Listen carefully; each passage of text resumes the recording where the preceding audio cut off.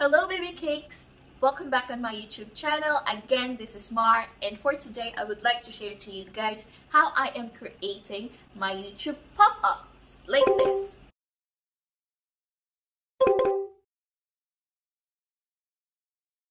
So, if you are new here, don't forget to click on subscribe and also the notification bell so you'll get more updates on my YouTube channel. Just a disclaimer guys, this video is only for those people who are using Samsung phone when they're editing, because I will explain to you why, because there's some part that I'm using my phone when I'm doing my pop-ups, especially when I am erasing the background. And also for those people, especially for those people who are editing and creating their YouTube channel on their MacBook or any Apple product, iPhone, iPad. So this video is for you guys. So let's go ahead and proceed.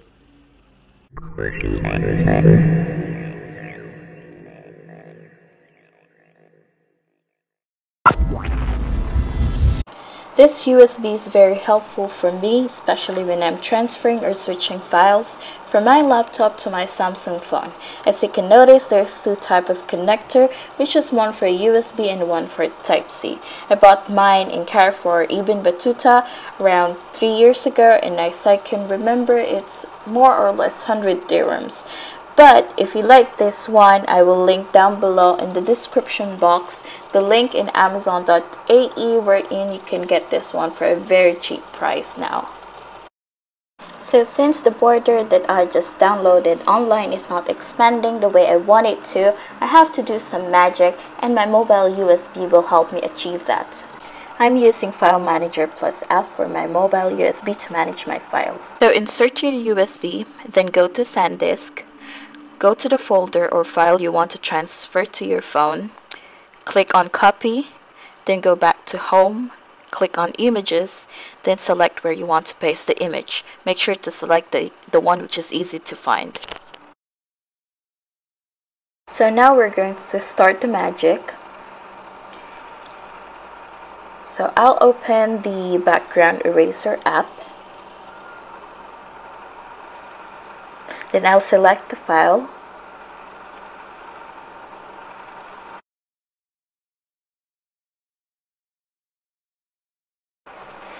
I find it easier to use the auto setting to clean the big parts than also the manual setting for the tiny details. So once I am done, I will switch it to the dark option to see if there is more stuff to erase, and then when I'm satisfied, I'll click on done, then I'll save it. And then I will go back to my File Manager Plus app, copy the finished product to the folder, then erase the unnecessary file. Then that's all. The magic is done. Now I am going back to my MacBook, and of course I have to make sure that the folder wherein all the necessary files that I needed is open for an easy access. And then now you have to open the Keynote and then select the basic white. Select all of this presentation title, presentation subtitle, so you will have the clear canvas there. As you can see there, you can select the color, any green color it will do.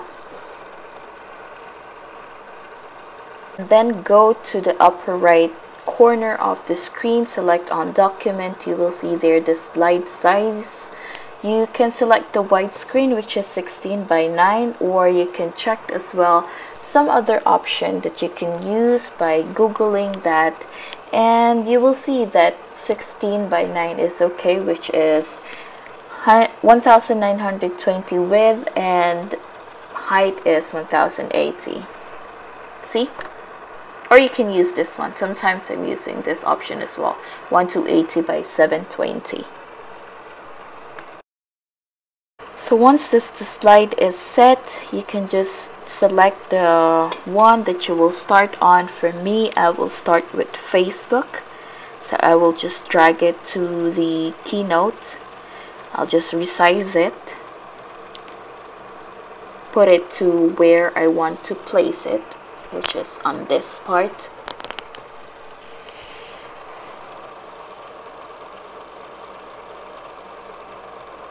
And then I will select the border that I edited on the background eraser, which is on my mobile. I will also reset that one or resize that one, drag it to where I want it to be. So basically you just need to arrange where you want your pop-up to appear.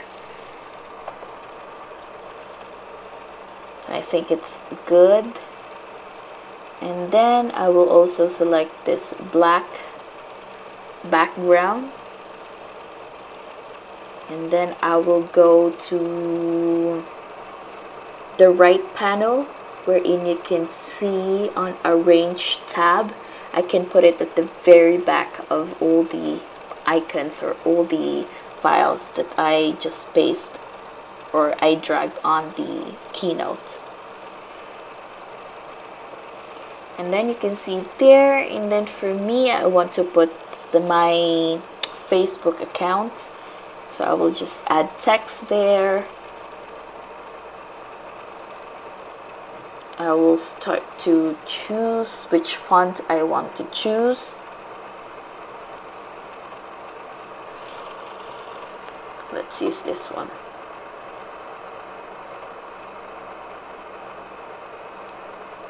I will also select white color of the font, and then I will set the size of the font as well. Now, okay, this is my Facebook name. Then I'll just drag it there on the box.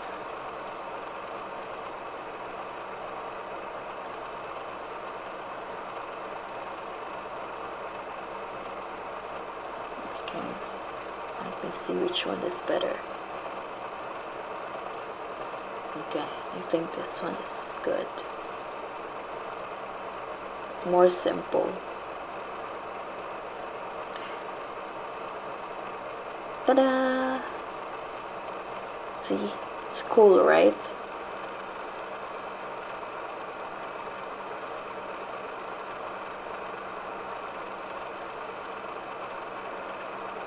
Then of course we have to put some effects on it, so you can see that on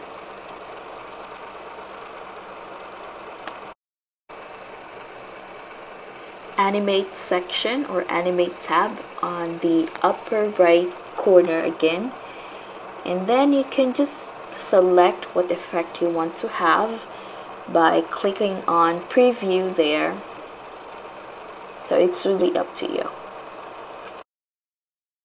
So once you selected the effect that you want, you can go on the same tab, click on build order, and then select the after transition for the first one. So it will just automatically play, and then select build one for the rest to make all the images move together. See? So now we will start putting an effect on the text. So first of all, you have to click on the text itself and then click on the build in. So you will see there some other option. Just click on preview to see how it will look like. So for me, I want the typewriter effect.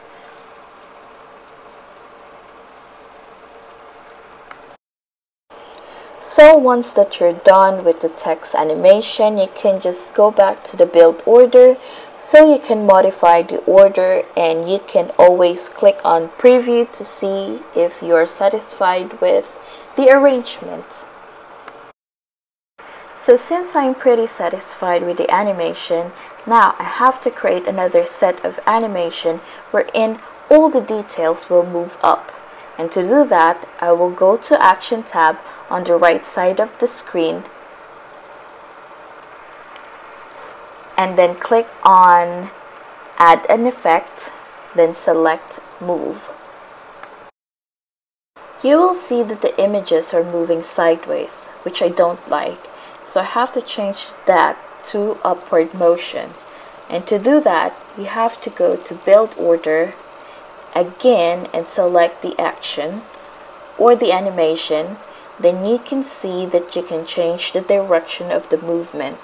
Now what I want to do is actually a little bit complicated because I can't choose number of images to modify at once.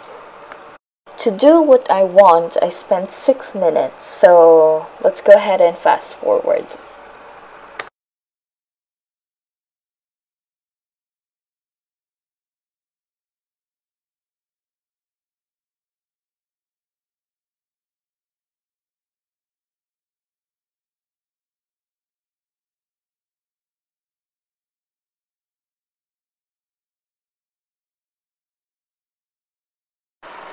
So since I'm happy with the animation, I have to save this one. So I'll just click on Files on the upper left part of the screen, select on Export to Movie, and then make all this 0.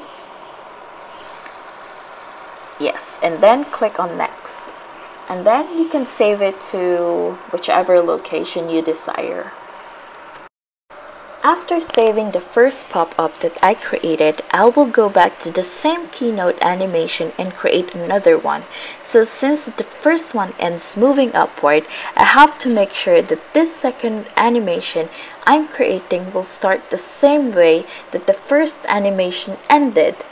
To do that, the details on the first animation must be placed exactly where it ended. Then I'll work on my second pop-up for Instagram, which will be placed down the Facebook pop-up.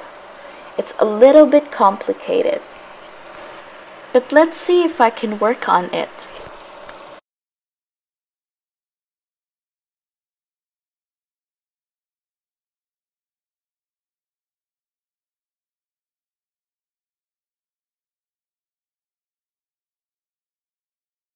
So since I've already placed the Facebook pop-up where it ended on the first animation I created, what I will do is to just copy the entire details and place it underneath it. Then I will just replace the Facebook logo to Instagram and modify the text too. And then I will create the same animation style that I did on the first one, but this time the Facebook pop-up must be stationary and without any animation at all. You will see the reason why I will do this later. And to end this second animation, I will go to Build Out tab. Unlike the first pop-up we created where we went to Action tab, Build Out tab will give you more option to exit your animation. Again, all of the sequence can be arranged on the build order on the bottom right of the screen.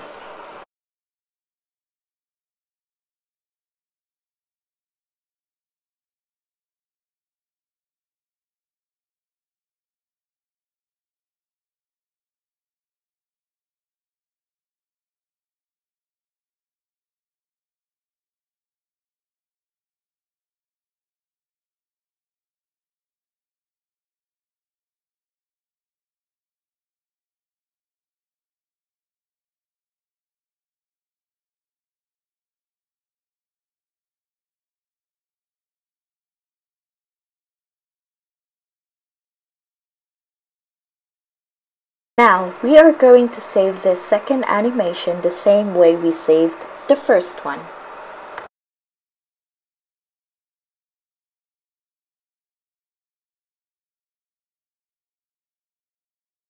Now we are going to open our iMovie, then drag the two animations we created by sequence, so it will play continuously.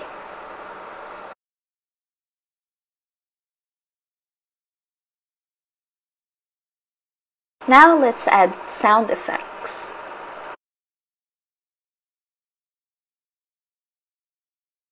I couldn't find the sound effects that I wanted for my pop-up, so here's what I will do. I will pull up the Safari, go to YouTube, find your desired sound effects. Once you find it, click on Share and copy link.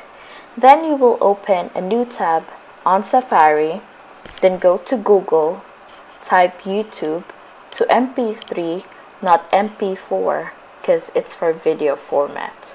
I choose ytmp3.cc to download the sound that I want, and then I'll just need to paste the link on the box, then click Convert, then Download. It will be on your downloaded files after.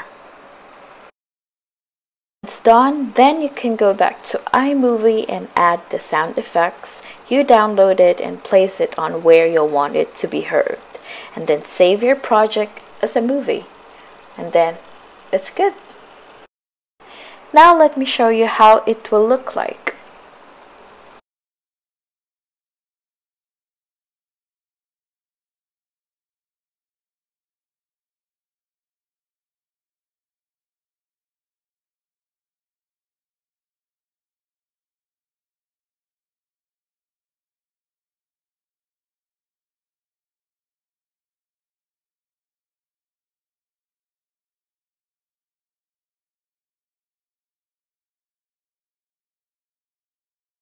I really hope that I explained well how I'm creating my pop-ups here on my YouTube channel, because most of the time people are asking me how I'm creating that. So this is the video for you guys. Well, that's it. So it's easy, guys, right? Well, actually a little bit complicated, but I really hope that I explained it very well, especially for those who are using any Apple product, whether it is iPhone or MacBook or iPad. So I think it's just the same. And thank you so much for watching. Have a great day.